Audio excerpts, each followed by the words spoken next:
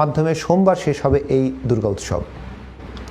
জাতীয় গণতান্ত্রিক পার্টি জাগপার প্রয়াত সভাপতি অধ্যাপিকা রেহানা প্রধান এবং এর দ্বিতীয় মৃত্যুবার্ষিকী উপলক্ষে জাগপা গ্রিস শাখার উদ্যোগে স্মরণ সভা ও দোয়া মাহফিল অনুষ্ঠিত হয়েছে।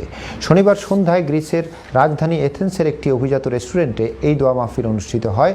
জাগপা গ্রিস শাখার উপদেষ্টা আকুল মিয়ার সভাপতিত্বে ও সাধারণ সম্পাদক আবদুল্লাহ মিয়ার সঞ্চালনায় সভায় প্রধান অতিথি হিসেবে বক্তব্য রাখেন জাগপা গ্রিস শাখার সভাপতি শেখ মোহাম্মদ গোলাপ মিয়া।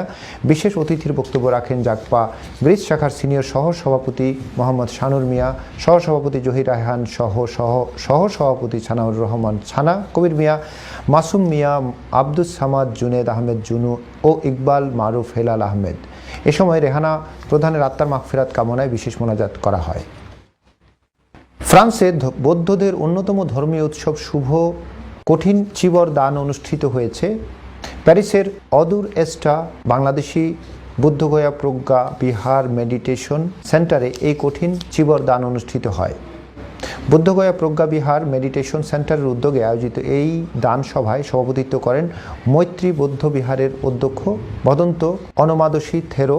স্বাগত বক্তব্য রাখেন বুদ্ধগয়া প্রজ্ঞা বিহার মেডিটেশন সেন্টারের সভাপতি বাবু সুজয় বড়ুয়া।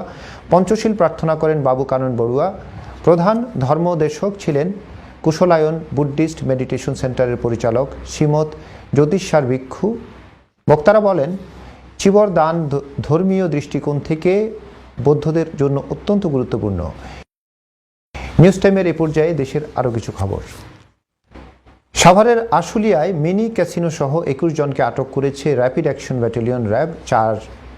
রবিবার দুপুরে র্যাব 4 কার্যালয়ে এক সংবাদ সম্মেলনে তাদেরকে আটক বিষয়ে নিশ্চিত করেন র্যাব 4-এর অতিরিক্ত ডিআইজি মোজাম্মেল হক। র্যাব 4 জানায়, দীর্ঘদিন ধরে সাভারের আশুলিয়া